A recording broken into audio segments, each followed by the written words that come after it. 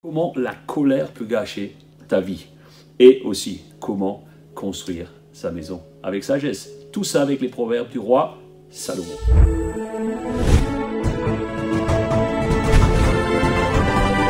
Bienvenue sur cette chaîne à nouveau aujourd'hui. Bienvenue. On espère que vous allez bien. Donc on va continuer sur ce jour 14 des proverbes.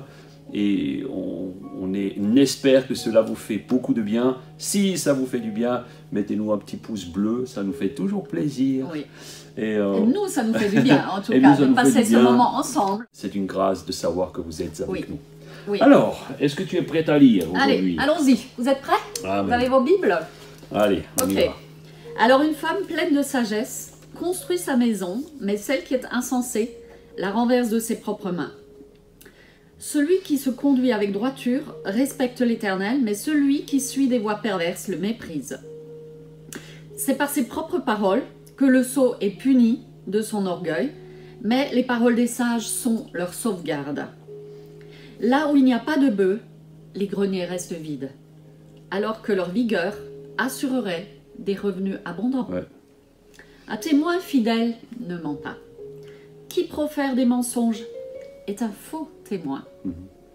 Le moqueur a beau chercher la sagesse, elle lui échappe. Alors que la connaissance est facilement à la portée de l'homme de bon sens. Éloigne-toi de l'insensé, car il n'a aucun savoir à te communiquer.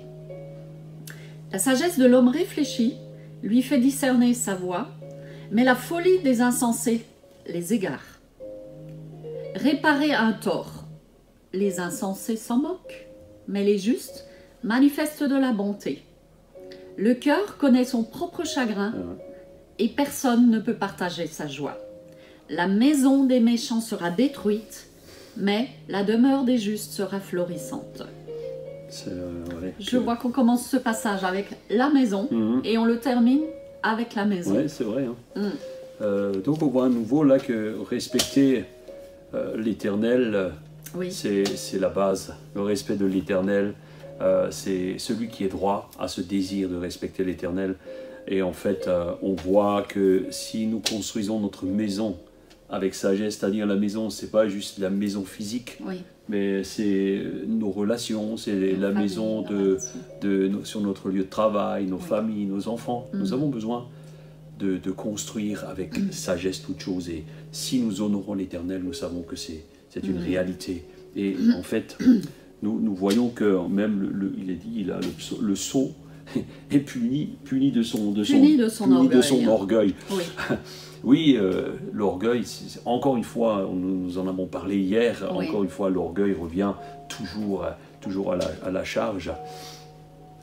Et nous voyons que, en fait, la sagesse et la connaissance sont ceux qui apportent la bénédiction. Oui. Et nous devons y veiller et aussi y travailler. On doit aussi, nous dit le verset 7, s'éloigner de l'insensé. S'éloigner de l'insensé car il n'a aucun savoir à te communiquer. En fait, ce qui peut te communiquer, c'est ses sottises, c'est tout. Un sot communique les sottises, c'est vrai. Ne sautez pas sur les sottises du sot. Non, mais et ça revient à ce qu'on a vu hier, c'est de veiller aux personnes qu'on fréquente aussi, vraiment, à se laisser... S'éloigner des moqueurs, des menteurs, des paresseux, toutes les personnes qui vous entraînent sur des chemins, des voies qui ne glorifient pas Dieu. Oui. Parce qu'en fait, la réalité c'est que le sot ou l'insensé ne peut te communiquer que ses propres valeurs. C'est ça. Et ses propres valeurs, on sait très bien où elles nous mènent. Le mensonge, c'est la bêtise, c'est... Elle nous mène souvent, la Bible dit qu'elle nous mène à la mort. Oui, exactement. Et nous devons vraiment y veiller. Il y a aussi un point important, c'est que parfois, lorsque nous faisons des torts, ou lorsque nous avons besoin de les réparer, je vais peut-être lire la suite. C'est vrai que c'est important aussi, quand on a fait du tort à quelqu'un, qu'on en a conscience, c'est de veiller à le réparer. Alors, verset 12, la suite. Bien des hommes pensent être sur le bon chemin et pourtant, ils se trouvent sur une voie qui finalement mène à la mort, c'est ce que nous disions. Le rire peut masquer la tristesse du cœur et la gaieté peut finir en chagrin. L'homme au cœur perfide sera gavé de fruits de sa conduite, mais l'homme de bien jouira des fruits de la sienne. Le stupide croit tout ce qu'on lui dit, mais l'homme réfléchi avance avec prudence. Le sage craint le mal et s'en écarte, mais le sot, sûr de lui, s'emporte. L'homme coléreux fait des sottises. Celui qui a de mauvais desseins s'attire la haine, la folie. Voilà ce qu'héritent les stupides. Mais la connaissance est la couronne des gens réfléchis. Les méchants auront à baisser la tête devant les bons et les hommes mauvais à la porte des justes. Personne n'aime le pauvre, mais même pas son compagnon, mais le riche a beaucoup d'amis. Qui méprise son prochain commet une faute. Mais heureux celui qui a compassion des affligés. Celui qui manigance le mal fait fausse route. Oui. Mais ceux qui projettent le bien trouvent l'amour véritable. À tout travail, il y a du profit, mais le bavardage mène au dénuement. La richesse des sages est leur couronne, mais la folie des insensés reste de la folie. Alors, ce qui m'a interpellée dans ce passage, c'est le départ, c'est les premiers versets, qui dit que bien des hommes pensent être sur le bon chemin. C'est vrai, je disais avant, finalement, chacun, lorsqu'il prend des décisions dans son quotidien, il est persuadé qu'il est dans le vrai, qu'il est dans le bon chemin. Mais ça me rappelle David qui disait au Seigneur, « Seigneur, sonde mon cœur et mon rein, mes reins, et regarde si je suis sur une mauvaise voie. » Et je crois que nous devons adopter cette attitude à chaque jour.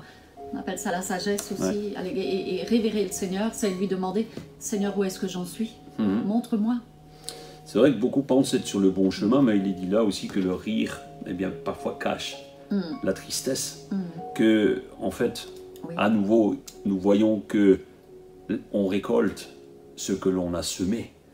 Et que le stupide qui croit tout ce que tout le monde lui dit, eh bien, il est le stupide, on l'a vu, il reste stupide. Il est stupide, il reste stupide. Et nous devons, en fait, ne pas croire... En fait, nous voyons que le stupide croit tout ce qu'on lui dit. Oui.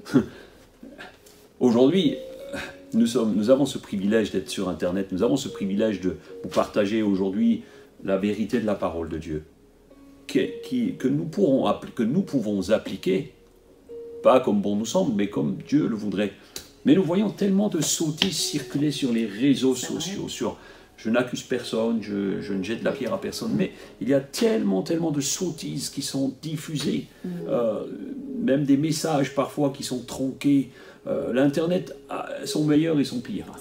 Et il y a des gens, ils ont regardé une émission de télévision, une personne qui dit quelque chose, ils ne la connaissent pas, ils ne savent pas d'où elle vient, et finalement ils vont croire ce que cette personne a dit, même si c'était à l'encontre de leur conviction. Ils l'ont vu à la télé, donc c'est vrai, je l'ai vu à la télé, c'est juste. Nous devons, et vous devez apprendre le discernement. Voilà, demander le discernement au Seigneur.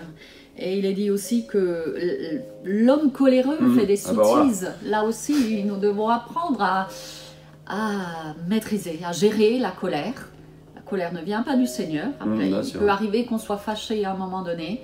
Et ce qui est important, c'est immédiatement se maîtriser et poser ça devant le Seigneur et lui demander de nous éclairer pour ne pas faire de bêtises. C'est sûr, parce qu'en fait, même au verset 19, nous avons lu que le méchant, ou celui qui a fauté, celui qui est insensé, devra baisser la tête. Oui. Vous avez entendu cette expression, baisse la tête, baisse la tête. Et souvent, lorsque les armées font des prisonniers, on leur dit, ces prisonniers, baisse la tête, baisse la tête. C'est un signe de soumission, d'humilité. Donc, baisser la tête, le méchant devra forcément et finalement baisser la tête. Alors... Oui, et il est dit aussi que le riche a beaucoup d'amis, mais ce qui est important, c'est que notre ami principal, ce soit le Seigneur. C'est vrai. Ayez le Seigneur comme ami. C'est vrai que souvent le riche peut avoir des amis, mais c'est souvent par intérêt. Mais notre ami, le véritable, c'est le Seigneur. Donc nous devons toujours projeter le bien, c'est un signe de l'amour vrai. L'amour vrai. pas le blabla. Vous savez, ce verset 23 que nous avons lu là, il dit que bon, beaucoup de paroles et en ne faisant rien, ça n'amène à rien. Et le blabla, finalement, ne mène nulle part. Je ne parle pas du blablacar qui va t'emmener à un endroit, mais en fait, blablater, ça ne sert à rien. Mais c'est dire et faire. Dire et faire. Et c'est pour cela que souvent les gens sont dans des situations compliquées parce qu'il y a beaucoup de blabla et pas d'action. Oui. Et finalement, beaucoup de blabla, ce terme qui dit beaucoup de blabla et pas de résultat. Donc, mettez-vous en action. Moins de blabla. Moins de blabla et plus d'action. Okay. Alléluia. Alors on poursuit. Verset 25. Un témoin véridique sauve des vies, mais qui profère des mensonges est un trompeur. Ouais.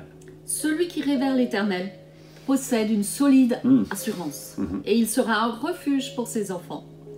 Révérer l'Éternel est une source de vie qui fait échapper au piège de la mort. C'est vrai. La gloire d'un roi dépend du grand nombre de ses sujets et la dépopulation ruine le prince. Ouais. Celui qui garde son sang-froid fait preuve d'une grande intelligence, mais l'homme coléreux étale sa sottise. Ah ouais. Un cœur paisible contribue à la vie du corps, mais l'envie est comme une maladie qui ronge les os. Opprimer le pauvre, c'est outrager son créateur. Mais avoir de la compassion pour les indigents, c'est l'honorer. Le méchant est terrassé par sa perversité, mais le juste reste plein de confiance jusque dans la mort. La sagesse repose dans un esprit intelligent. Elle est reconnue même parmi les sots. La justice grandit une nation, mais le péché est une honte pour tout le peuple. Le roi accorde sa faveur à ceux qui le servent avec intelligence, mais sa colère atteint celui qui fait honte. Oui, le roi accorde sa faveur. Oui. Dieu accorde sa faveur à ceux qui le servent, à ceux qui le respectent.